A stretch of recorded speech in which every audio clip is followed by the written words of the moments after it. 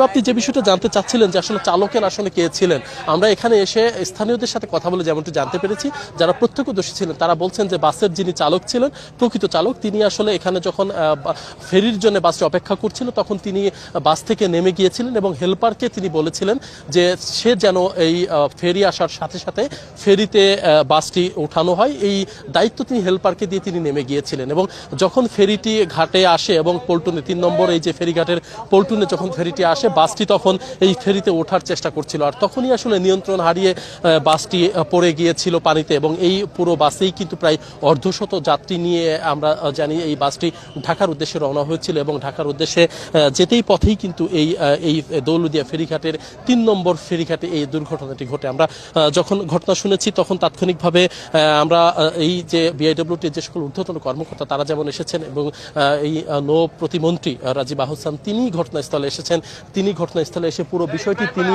এই যে উদ্ধারের যে অভিযান, সেই উদ্ধারের যে এই যে বাসটি পড়ে গিয়েছিল নদীতে, সেটি 7 ঘন্টার চেষ্টায়, অর্থাৎ ফায়ার সার্ভিস, বিআইডব্লিউটিএ এবং অন্যান্য যে সকল আইন শৃঙ্খলা রক্ষাকারী বাহিনী রয়েছে, বিভিন্ন সরকারি বিভিন্ন সংস্থা রয়েছে, সবাই সার্বিক প্রচেষ্টায় 7 ঘন্টা পর এই বাসটিকে পরিপূর্ণভাবে নদী থেকে এই উদ্ধারকারী জাহাজ হামজার মাধ্যমে টেনে এই যে পল্টনটি রয়েছে, যে পল্টনের উপর থেকেই আসলে বাসটি নিয়ন্ত্রণ হারিয়ে পদ্মা নদীতে পড়ে গিয়েছিল, সেখানে আসলে টেনে তোলা হয়েছে। এবং একে একে আমরা কিছুক্ষণ আগে দেখেছি যখন বিআইডব্লিউটি এর উদ্ধারকারী জাহাজ হামজার মাধ্যমে যখন টেনে ওঠানো হচ্ছিল বাসটিকে, সেই বাসের ভিতরে যে যাত্রীগুলো আটকা পড়েছিল, যারা বাসের ভেতরেই যারা শেষ নিঃশ্বাস ত্যাগ করেছেন, যারা মারা গেছেন, তাদের মরদেহগুলো বিআইডব্লিউটি এর যারা ডুবুরি এবং ফায়ার সার্ভিসের যারা ডুবুরি তারা কিন্তু মিলে সেই মরদেহগুলো উঠিয়ে এনেছে। এখন পর্যন্ত আমরা ফায়ার সার্ভিস এবং বিআইডব্লিউটি এর তথ্য মতে এখন পর্যন্ত জানতে পেরেছি 14 জনের মরদেহ তারা উদ্ধার করেছে, জীবিত উদ্ধার হয়েছে কয়েকজন,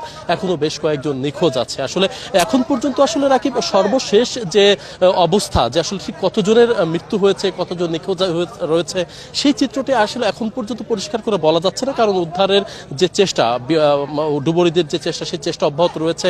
বিআইডব্লিউটি এর যে উদ্ধারকারী হামজার যে চেষ্টা, সেটি অব্যাহত রয়েছে এবং সেই চেষ্টায় 7 ঘন্টার মধ্যে আমরা ধারণা করছি যে খুব অল্প সময়ের মধ্যেই আসলে এটি সম্ভব হয়েছে। কারণ এই দৌলতদিয়া ঘাটে, অর্থাৎ এই যে ফেরিঘাটটি, সেই ফেরিঘাটে অনেক আগে থেকেই এই বিআইডব্লিউটি এর যে উদ্ধারকারী জাহাজ হামজা সেটি কিন্তু এখানেই থাকে, যে কারণে আসলে খুব অল্প সময়ের মধ্যেই বাসটিকে টেনে তোলা সম্ভব হয়েছে। এবং এখন পর্যন্ত আমরা 14 জনের মরদেহ পেয়েছি, এখন পর্যন্ত নিশ্চিত হতে পেরেছি। আরও হয়তো এই মরদেহের সংখ্যা বাড়তে পারে, সেটি আসলে বলা যায়। তবে সড়ক দুর্ঘটনা এবং পাশাপাশি যে নৌ দুর্ঘটনা, একের পর এক মানুষের প্রাণহানি, এটি আসলে এক ধরনের দুঃখজনক চিত্র। আসলে বাংলাদেশের এই যে ব্যবস্থাপনায়, পরিবহন খাতের যে অব্যবস্থাপনা, সেটিও আসলে কিন্তু ফুটে উঠেছে রাকিব। কারণ আমরা স্থানীয়দের মাধ্যমে যেটি জানতে পেরেছি যে চালক আসলে নিজে চালকের আসলে ছিলেন না, একজন অদক্ষ হেল্পারের হাতে তিনি এই বাসটি ছেড়ে দিয়েছিলেন এবং অর্ধশত মানুষের যে জীবন, সেই জীবন নিয়ে কিন্তু এক ধরনের ছেলে খেলার মতো নমুনা চিত্র আমরা কিন্তু দেখলাম। আমরা ভিডিওতে যেমনটি দেখেছি যে বাসটি একেবারে নিয়ন্ত্রণ হারিয়ে সরাসরি এই যে 3 নম্বর ফেরিঘাটের যে পল্টন থেকে সরাসরি সেটি পানির ভিতরে চলে গিয়েছিল এবং বাসটি উল্টে পানির ভিতরে চলে গিয়েছে।